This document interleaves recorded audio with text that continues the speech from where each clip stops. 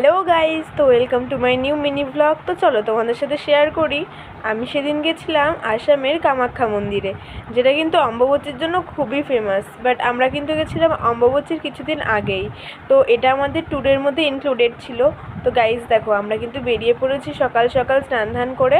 তো এটা হচ্ছে মন্দিরের মেন গেট যাকে বলে। এরপরেও কিন্তু অনেকটা যেতে হবে। তো গাইজ আমরা গাড়ি নিয়ে নিয়েছি, এবার কিন্তু চলো যাওয়া যাক মায়ের কাছে। আর মা না চাইলে কিন্তু মায়ের কাছে আমরা যেতেও পারতাম না। আর দেখো, এখানে কিন্তু ডালা নিয়ে নিয়েছি আমরা, আর এই ডালার প্রাইস নিয়েছিল 350 করে। আর মাকে দেখতে কিন্তু প্রতিদিন অজস্র দর্শনার্থীদের ভিড় হয়। আর আমরা যেহেতু পান্ডা ধরে গেছিলাম, তাই জন্যই কিন্তু আমরা পুজো দিতে পেরেছি, না হলে কিন্তু আমরা পুজোটাও হয়তো দিতে পারতাম না।